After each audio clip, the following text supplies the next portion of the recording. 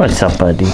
I'm going through just a quick garage update. So first, obviously the 2019 McLaren 720S. I'm learning to actually love everything about it. There's a couple things here or there that are not my favorite thing in the world, but overall I think that car is here for the next 6 months at least, maybe longer, depending on if there's something else I want or something like that. I don't foresee trading it for another car or anything with what's on the market and the price of things the way they are. The next thing is the 2021 Club Car. Now it's customized out. I've upgraded the battery. There are 6 lithium-ion batteries, and I upgraded the electric motor so it'll go a little faster. That is my primary mode of transportation currently. We're able to take it anywhere that the speed limit is 35 miles an hour or slower. It fits all of us plus one extra person. It's such a South Florida thing. It's super fun. Everyone who comes to visit, we give them a ride on it, and then they go buy one when they get home. They're legal in a lot of states, so if you can drive them and you live in an area that it makes sense, you should definitely check them out. They're actually one of the funnest things to drive. And I have the 2022 Tesla Model Y. Really good vehicle. I, again, don't see me selling it anytime soon. It could be out if something better comes along. But for now, it's a work vehicle. It's a perfect car for that. It stands out in the crowd, which is the entire purpose of it. Use the supercharge stations a little bit. They're super fast. Like overall, I think it's an amazing car. We all fit comfortably. It's easy to drive. It's got a lot of extras that you were looking for in a car. All right, we have the 2017 Thor Hurricane Motorhome. So that's just for family trips. I'm not ever gonna really make videos with it. My favorite vehicle I've ever owned, my 2012 Ford Raptor. It is not going anywhere unless it just dies or gets wrecked. It's got some upgraded suspension that I did years ago from SVC off-road. I went above what I probably needed, but the fact I did that now, there's no need to ever upgrade the suspension more past that, especially now that I'm in Florida and there's absolutely zero off-road unless you want to go get stuck in the mud. I'm not a big fan of the mud stuff, so I don't go do it. It just looks amazing. It fits all of the 5 of us. Only problem I had was the technology was getting a little old. I did upgrade the stereo to like a Tesla style screen, but the brand I got is not good. So I'm looking for a better version of that, even if I have to go to a smaller screen or something like that. I can't stand this specific one.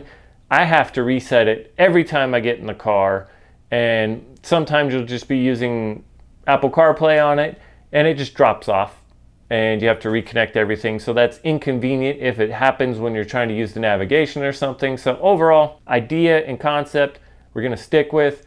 The brand, I didn't get the best one.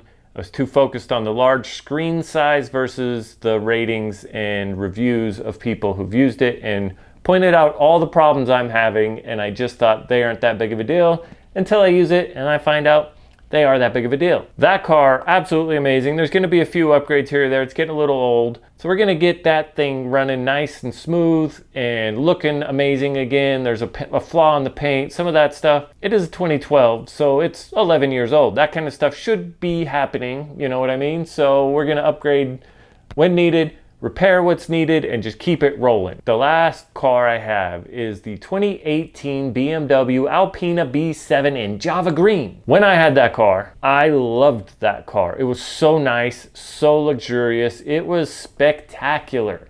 The inside white leather, the long wheelbase to have more room for the kids. It had the screens in the back for the girls. The engine blew.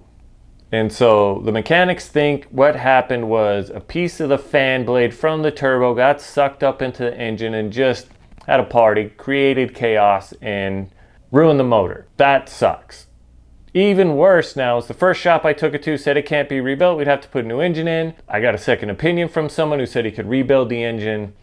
Turns out he couldn't. He bought a new engine, built it, put it in. It starts, it runs till the idle goes down. Then it dies. Turns out he put a different version of the same BMW motor in, which I can go into detail if I ever get this car back. I'm seriously doubting it's ever going to come back. He's confident he's going to figure it out. He's buying new machines and software upgrades and all kinds of stuff. He thinks he can get it to run and stay running. I've lost my confidence in this guy. 12 months of working on it, just under 12 months he's been working on it and has not been able to get it running. I'm about to just tap out, call it quits, and find something different. This is my second BMW to have the motor stop working. So unfortunately, as much as I love the style and the look of BMW, I think I'm gonna have to go ahead and move on from BMW. So I'm looking at Audis, Mercedes, and then I'm even maybe possibly considering,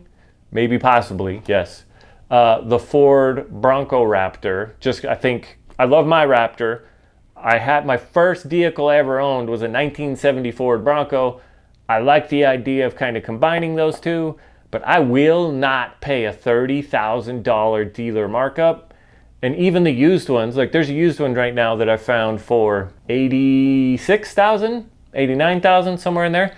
That is MSRP.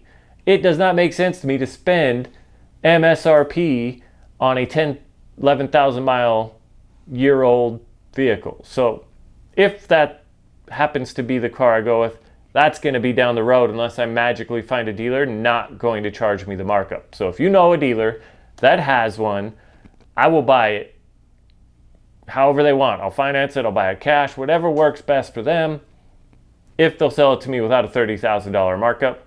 I mean, I understand markups a little bit, they're a hot vehicle, but $30,000 is absurd to me. What do you think if the BMW is not able to be fixed and I've got to just sell it off as a non-running vehicle? What should I replace it with? Tons of possibilities out there. Just remember, I have 5 people in my family and we need to sit in it comfortably. So like the M5 we got rid of because the back seat didn't have enough room. Keep that in mind with your suggestions, but definitely suggest in the comments. Subscribe, hit the notification bell, all that fun stuff. Try to help me out. We're getting really close to actually 1,000 subscribers. So share it with as many people as you can and let's get to 1,000. I'll see you on the next one.